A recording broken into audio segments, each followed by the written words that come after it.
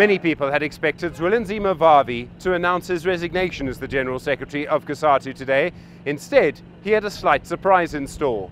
This is a sad day indeed, that I have to call today's press conference. I have reached the end of the road in trying to resolve the Cosatu internal crisis through using traditional organizational means, i.e. engaging in the boardrooms and having discussions with everybody.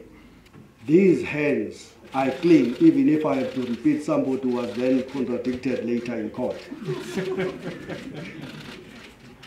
Not one forensic audit have come back to Cosatu to say we did find that some worker money went into the back pocket of the Cosatu General Secretary. What is the way forward?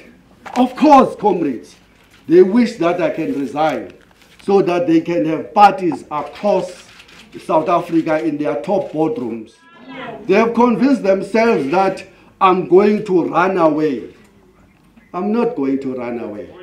Vavi appears to be almost daring the other leaders within Cosatu to fire him. He says this is an act of deliberate defiance. I will not attend meetings of the Federation whose sole purpose is to pursue the factional agenda of one grouping. It sends a message to workers that we must refuse to hand the organization over on a silver platter and must only walk away when all alternatives to rescue our federation have been exhausted.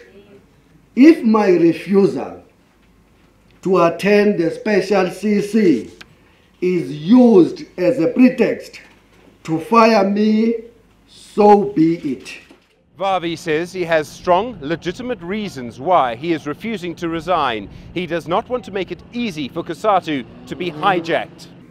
I'm making a statement that Cosatu belongs to its members, not any faction or clique.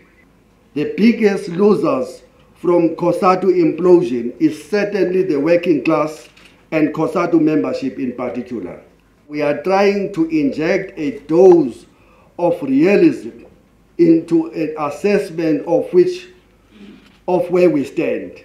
If leaders are workers' servants, then we leaders have clearly revolted against the mandate that we must at all times serve our members. Time for a new approach has arrived. Vavi appears to have changed the rules of the game. He's essentially saying he's no longer going to take part in the areas where his opponents in the Central Executive Committee have an overwhelming majority. But he now has to go worker by worker, street by street almost, to try and regain Cosatu. It's an audacious move. He's daring them to fire him. But his opponents will have other moves up their sleeve as well. They could decide to almost ignore him and then accuse him of grandstanding.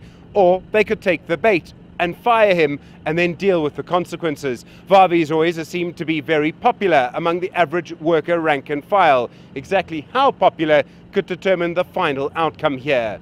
Grootes, Eyewitness News, Cosatu House.